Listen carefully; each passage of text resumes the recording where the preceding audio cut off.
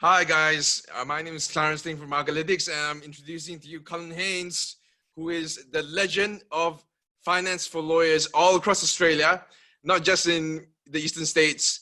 And he's here with me today to talk a little bit about finance for lawyers, personal and commercial finance.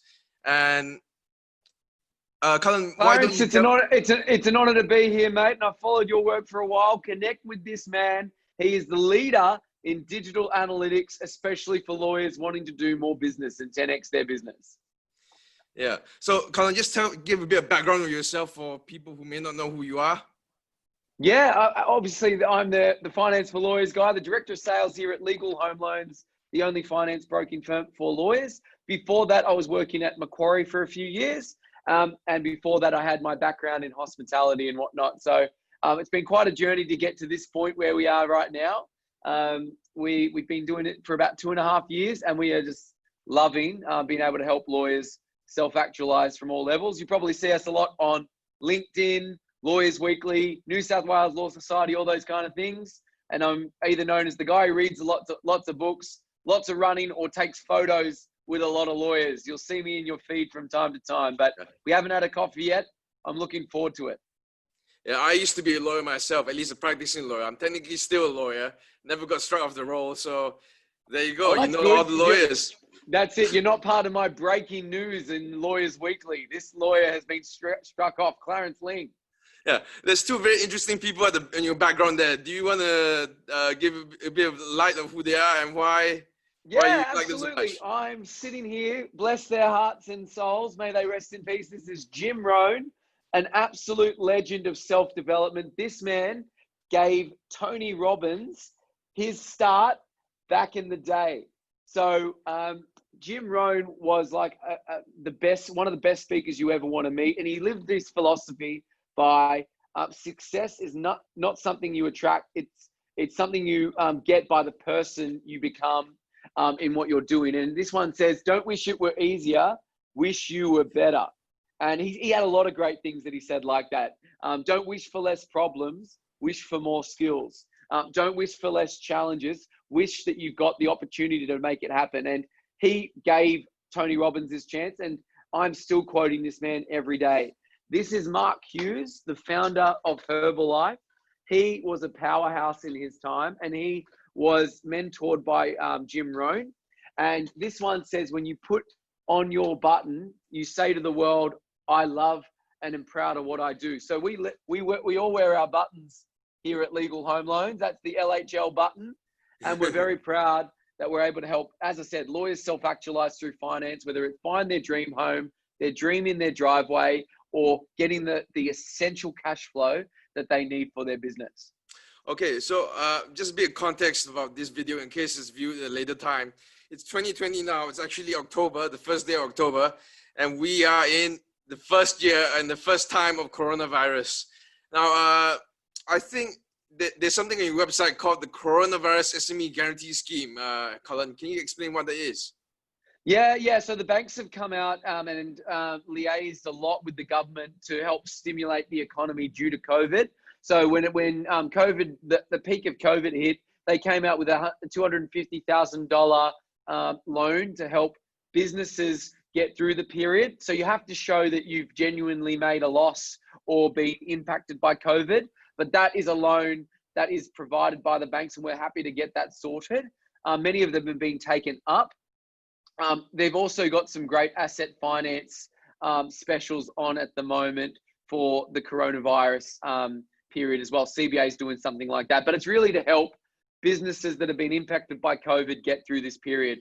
Legal professionals as a demographic, my clients, they didn't use it too much because, law, for lack of a better term, is quite a bottom feeding industry in most instances, in that when everything kind of hits the fan, that's when they're going to be the most busiest.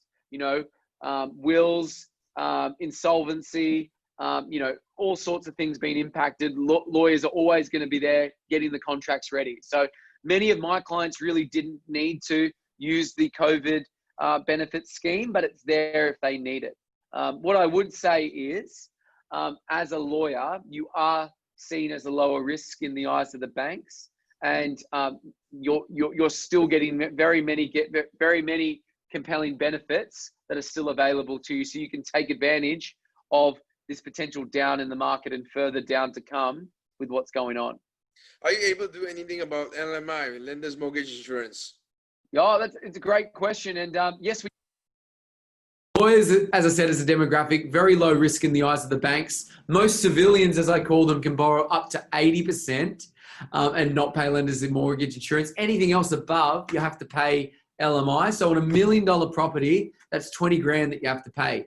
Lawyers, do not pay LMI at 90%. You don't need to. There are 2 banks that will do it for you. Come and speak to us. As long as you've got a practicing certificate, we can get you 90% on owner-occupied, construction, and investment. Why is it that lawyers have these special deals available to them? Is there any particular reason, or? There is. Look, you lawyers, why not? You guys deserve it, right? You work hard. Lawyers are looked upon as a lower risk because you've had years of study and erudition to get where you are. And also, too, the banks deem it that you're in a profession that come hell or high water, you're always going to be in need. Hence what we're going through at the moment. So because of that and because of your unique value proposition you as lawyers bring to the market, they can sign off on 90% no LMI simply because your profession is a very elite profession and you're always going to be in good standing and good favor with them. 2 banks that do that, like I said, for that product. Are lawyers getting homes now in this coronavirus period, or are they? It's a great question. I had one lawyer come to me and say, Cullen, I'm waiting for the market to recover. Not sure why, but a lot of my lawyers are saying, Cullen, I want to take advantage of this down now. So my legal professionals, the ones that have really got their heads switched on, are getting their pre-approvals organized now, getting ready to take advantage of a current bargain or a potential bargain that's coming up. Real estate agents and vendors are only giving credence for people that have their pre-approvals done. If you say you haven't even submitted your application or haven't even done anything, they're not really going to take, because it's very competitive. And, in this market, there's not many people that have got their approvals, and those that do really have the power. Is there any tie-ins with the federal grant and state level grants with this type of thing? Is it easier to get the grants for lawyers, for example? Yeah, look, the grants are still available depending on which state you're in. They're still available. Some of the home builder scheme, that's obviously still going. We coordinate hand in hand with the banks. But I guess I just want the message to go out there that it's not all doom and gloom despite what the media says. Don't wait for the media to come out and say it's time to buy. By then it's too late. A lot of my clients, as I said, they're trying to get themselves in a better position either by refinancing or getting the pre-approval. And they're looking to speak to specialists because as a lawyer, your time is valuable. You're obviously the billable hour, and you don't want to be going your time bank to bank, wasting time or speaking to someone who doesn't know what they're doing, because we get that quite often. Brokers as a demographic are fantastic, but they deal with a lawyer 1 out of 100 clients. Obviously, our firm, we're the only broker in Australia for lawyers.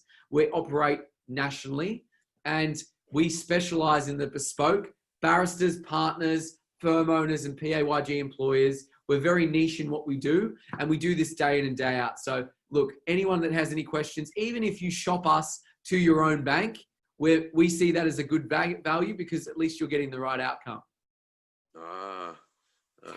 And yourself there, Clarence, like I'm very interested in what you do, and I tell my clients all about what you do. You are obviously changing the demographic for all law firms out there. I'd love to know how you started, how you got into this role, and how you're adding value and the true stories people are telling. Okay. Well, to be honest, I didn't start out marketing for law firms. My first client was actually a coding school, a face-to-face coding school, where I learned how to code websites. And that was my first client. Eventually, for some reason or another, I ended up working for migration agencies and law firms across the country. And it really brought me to a point where I realized that the best results for my clients as a whole are lawyers. Our lawyers are very closely legal related fields like trademark attorney or migration agent and stuff like that. Those were my best results. And I found that I was able to do well because I understand the terminology that goes around their profession. I understand the nuances of what one term might, or one concept might mean from another.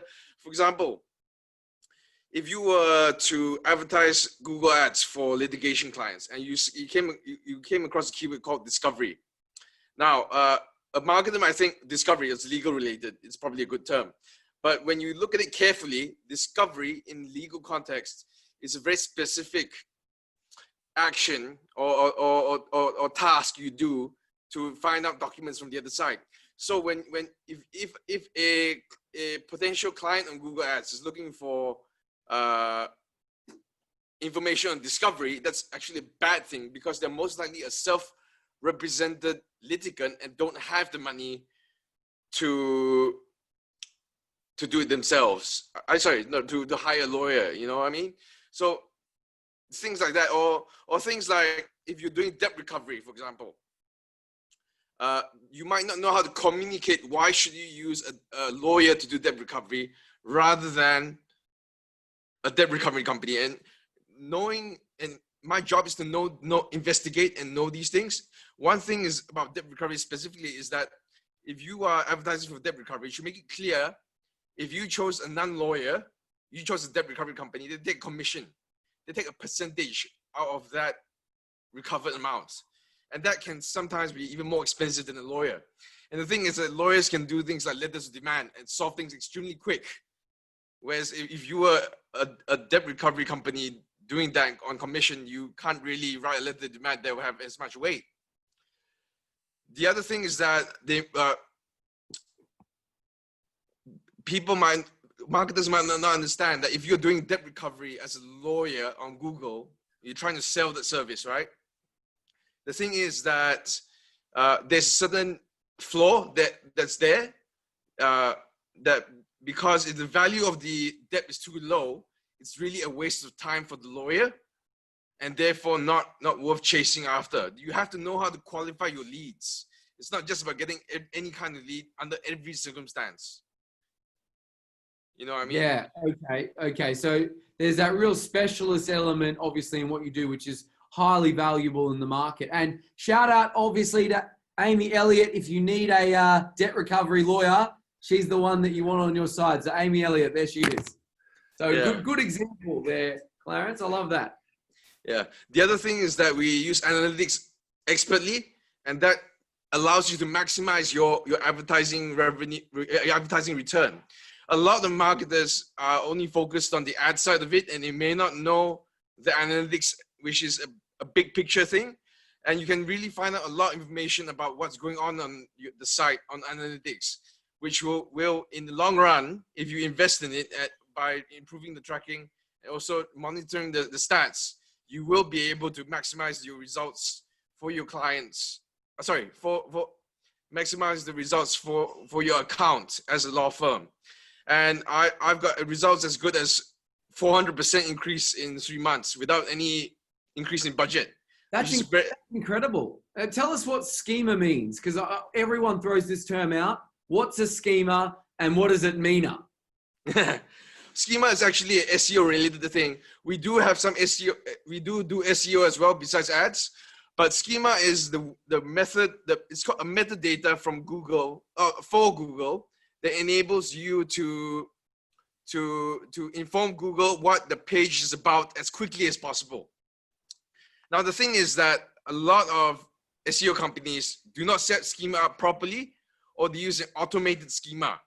Now, when you use an automated schema, sometimes there's going to be things missing because it's automated. It's not custom made. So if you want to rank Google, there are many factors, but one of them is a technical factor called schema, which is what's called metadata. So it's like fine data that informs Google of what your page is actually about as fast as possible. And if you don't get your schema done properly, you have less of a chance of ranking Google. Now, there are other factors in SEO ranking, like document relevancy, but schema is a very important technical factor that a lot of SEO companies get wrong. Interesting. Okay, so It's good to know, obviously specializing in that. And what do you think the number one problem? Well, I know the number one problem I find with my sole practitioners and law firms out there that are just starting or getting into the business is that they'll get one client, they'll work on it, but they're not out there hustling or putting out their brand or anything like that. And I'd love to know your thoughts on how important it is to always be omnipresent, front of mind, out there with your marketing so people know who you are, because it's not about who you know, it's who knows you. Well, one type of marketing that every lawyer should do, even if they're a sole practitioner, is LinkedIn marketing. LinkedIn. I'm serious. And it doesn't have to be the ads, even if you don't want to do ads for whatever reason you have. There could be scenarios depending on what type of law and what type of practice it is that you would do LinkedIn ads. But the thing is that the personal brand for every lawyer, even as an employee, is important because LinkedIn is enabling you to do this. Actually, I have a video on my profile right now. I'm not sure how long it's going to be visible, but I do explain that online there are generally 3 ways to make money. There are only 3 ways to make money. The first is being an entertainer. The second is being an affiliate, and the last is being a business. Now, of the 3, do you know which one makes the most money? Entertainer, affiliate, and business. Which makes the most money? The entertainer. Wrong, but there's a qualification to that. Now, technically, the entertainer can make the most money. They can.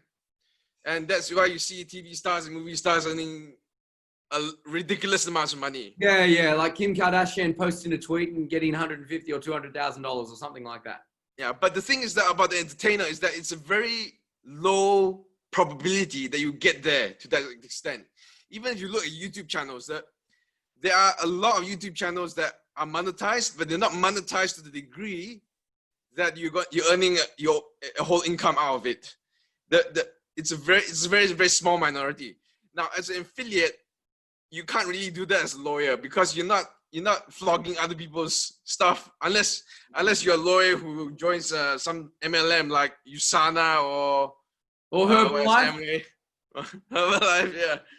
Then maybe you would be an affiliate, but that's not online. That's something else, and it's very hard for lawyers to be earning affiliate income unless they switch careers entirely. So that leaves you only in the business. And actually, for most people, the business is the most reliable and profitable way to earn money online.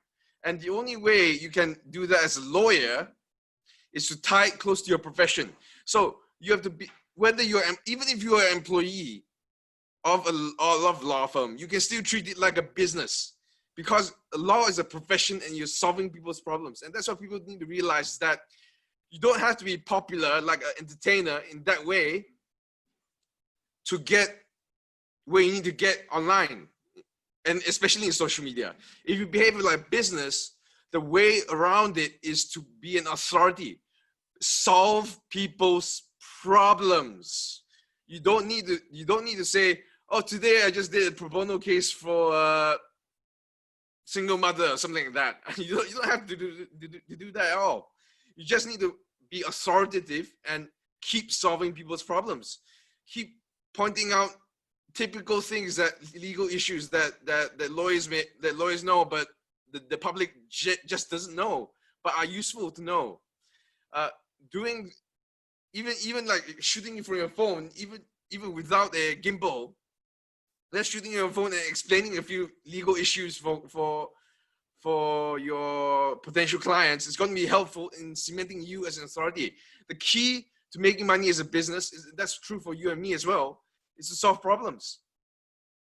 Solve people's problems. I love that. And I think it's powerful when you can link that in with your storytelling, and say, we do it all the time. We say life as a lawyer gets busy. Your job is to put the needs of your clients first, but your life kind of falls out the window, and we'll basically take all that off your plate and get your finances in order, and basically take 15 minutes and get that done. So it's really hijacking the emotional and letting people know what is the value you're adding? Instead of flogging the product and talking about the product, what is it you're actually doing? And it's all about selling. Don't sell the steak, sell the sizzle, and what you're actually doing. Yeah, exactly. Look, we know a lot of lawyers don't get that, but a lot do as well, and increasingly so. Correct. Look, finance is not sexy. People don't come to us because they want to talk about finance. They come to us because they either need to buy a home, start their business, get cash flow for their business, or get a car. That's the reason they do business with us. And the reason they do business with us well is because we do it well and we know which banks will make it as easy as possible. So yes, finance is important, but it's not the end goal of the client. And so whenever we're we're always looking, what's the end goal here? What are we actually doing? And I think people, when they're marketing... Are there any developments in asset finance recently? On the car front, there is. There's the $150,000 instant asset write-off from the government, which has been extended till December. So make sure you do take advantage of that. If there's any potential vehicles, printers, or big assets, or numbers of assets that you need to get, make sure you do it before December, because you can claim that back and it's an instant asset write-off for you. It's very compelling.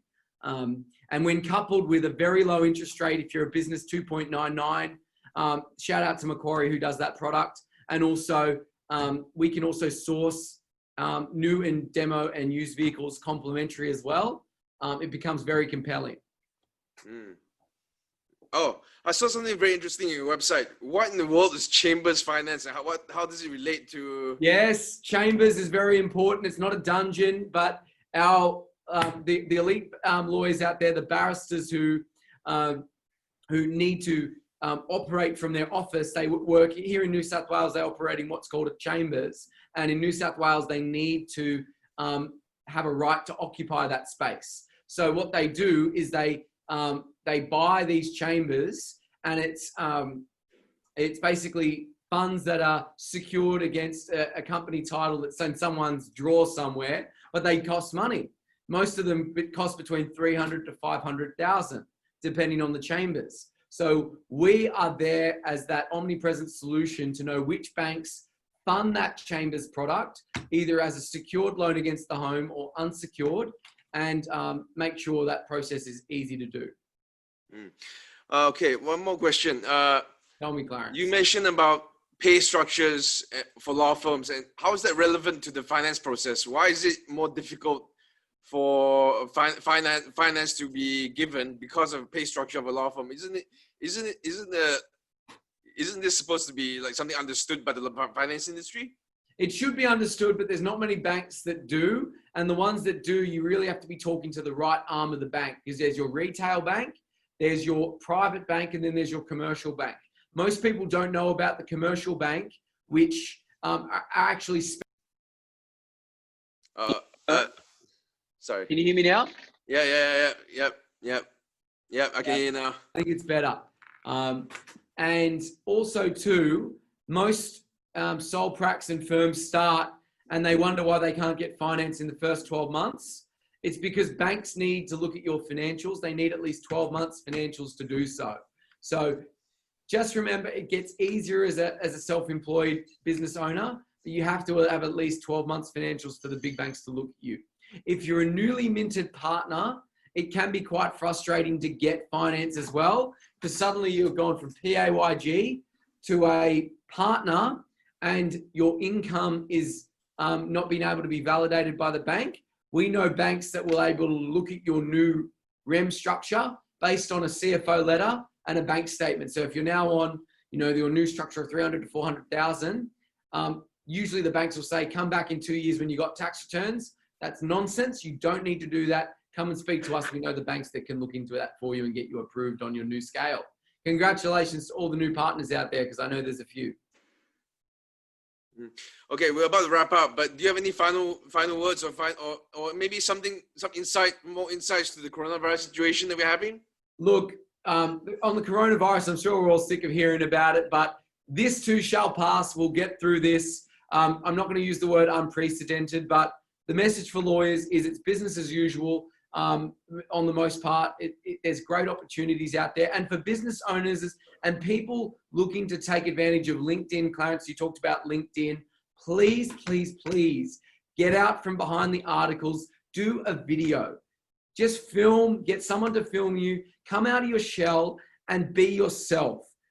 As Oscar Wilde said, be yourself, everyone else is taken. And if you genuinely not just talk about law, follow this guy, follow James Dappici, Coffee and a Case Joe, follow Jacob Corbett, follow Jerome Durasami, those guys and gals out there, Lucy Dickens, Clarissa Raywood, Lara Wentworth. There's some fantastic lawyers out there that put their personal brand out, wear their heart on their sleeve.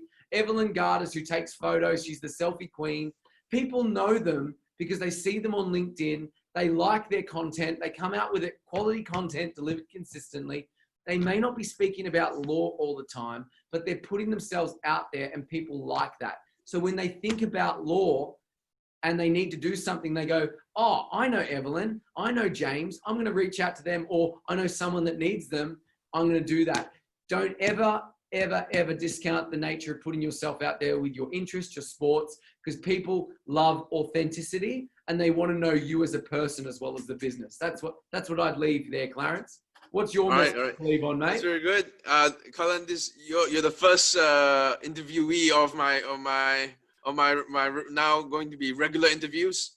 It was a very great honor to have you on, and very great insight. And thank you for highlighting some of the stuff that I do as well.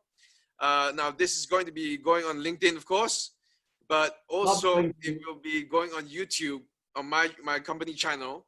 And I'm going to have one version with captions involved, so that people who can't understand my accent, maybe. Is that Singapore accent there, Clarence? It's actually Malaysian, but I've lived in Australia for 15 years, and I'm actually a citizen of Australia. Very good. It's a very sharp, and I love it. It's very to the point. I've got a lot of friends from Malaysia and Singapore, so I'm sure you don't need the subtitles, but there's that. If you're thinking about using subtitles on LinkedIn for your video, Edward Zia, he'll call me out on this. You get more engagement by not using subtitles. Just an FYI. The LinkedIn algorithm actually wants people to click on you to hear you. So maybe give that a thought. FYI. We could split test it and just figure it out, because it's also the ability for the reason why I put subtitles is because even if that's true, the fact is that a lot of people use social media on their phone and they don't open the volume, so you won't be able to. Yeah, so there's two sides of the coin. There's two sides of the coin for that one. But I'll see which one's better. I'll produce two versions and see what happens. See what happens. I'd love to know your results, my friend. Yeah, okay. Thank you very much. All right. Thank you all, and we'll see you soon. Thanks, Clarence. Thanks, everyone. All the best. All right.